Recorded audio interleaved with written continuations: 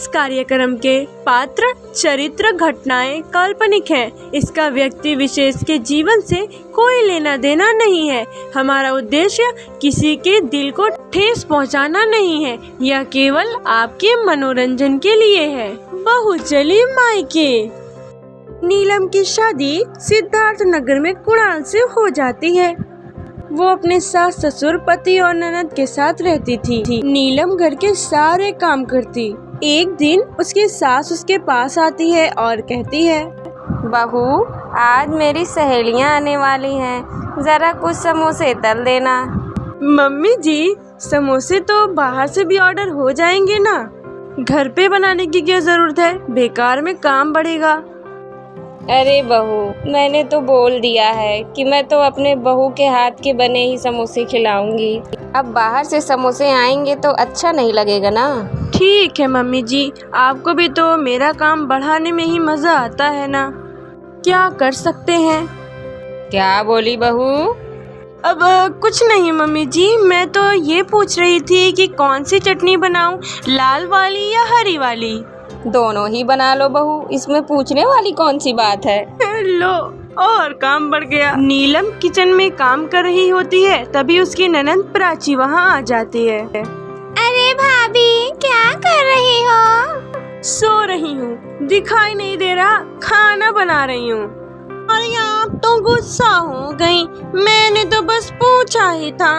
अच्छा ये सब छोड़ो, काम बताओ। वैसे भी तुम बिना मतलब के कहाँ कुछ पूछती हो। अभी वो मेरी कुछ सहेलियां आने वाली हैं आधे घंटे में, तो कुछ स्पेशल बना दो उनके लिए। आधे घंटे में क्या स्पेशल बना सकती हूँ मैं?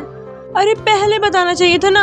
और वैसे भी अभी मैं समोसे बना रही हूँ मम्मी जी की सहेलियों के लिए। हाँ, तो इन्हीं की क्वांटिटी बढ़ा दीजिए ना, मेरी सहेलियाँ भी समोसे ही खा लेंगी।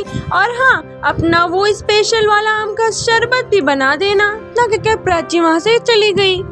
जो आता है सिर्फ ऑर्डर देकर चला जाता है। मुझे तो समझ नहीं आता ये घर है या होटल।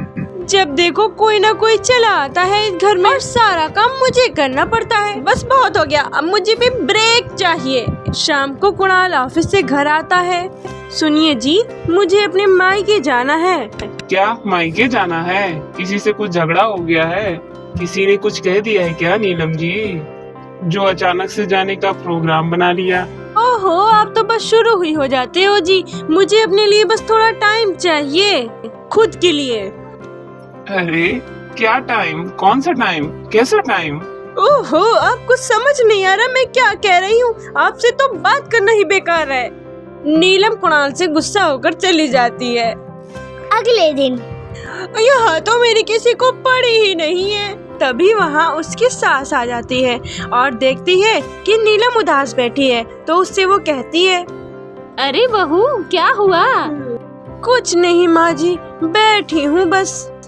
अच्छा चल, तू ये सब छोड़। आज तेरे ससुर जी ने कुछ दोस्तों को अपने घर पर बुलाया है उनके लिए। हाँ, उनके लिए चाय, कचौरी, समोसे।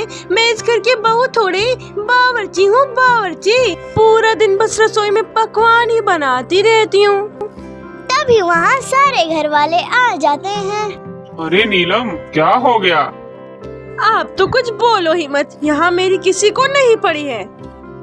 अरे बहू, तुझे क्या चाहिए, बता ना मुझे। देखिए ना माँ जी, मैं इनसे कब से कह रही हूँ कि मुझे मायके जाना है, ये मुझे जाने ही नहीं दे रहे।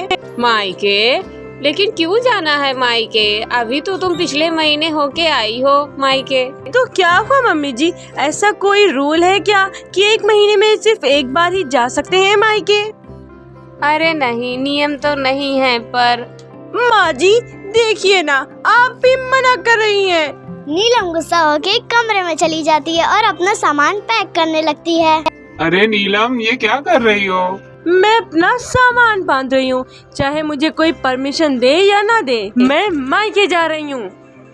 नीलम गुस्से में सीढ़ियों से उतरती है और देखती है कि उसके माता पिता उसके सामने खड़े हैं। मम्मी पापा, आप लोग? तभी वहाँ सारे घर वाले आ जाते हैं और उसकी सास भी होती है। कैसा लगा हमारा सरप्राइज? सरप्राइज? हाँ बेटा, समदन जी ने फ़ोन किया था कि तुम्हें हमारी बहुत याद आ रही है, तो हम आ गए तुमसे मिलने। हमें माफ कर दो नीलम, हम जानबूझकर तुम्हारे मायके जाने वाली बात को नजरअंदाज कर रहे थे ताकि तुम्हें ये सरप्राइज दे सके। हाँ बहू, और आज से हम तुम्हारे साथ रसोई में मदद भी करेंगे। हाँ, आज मैं बहुत खुश हूँ क्योंकि मुझे आप लोग जैसा परिवार मिला।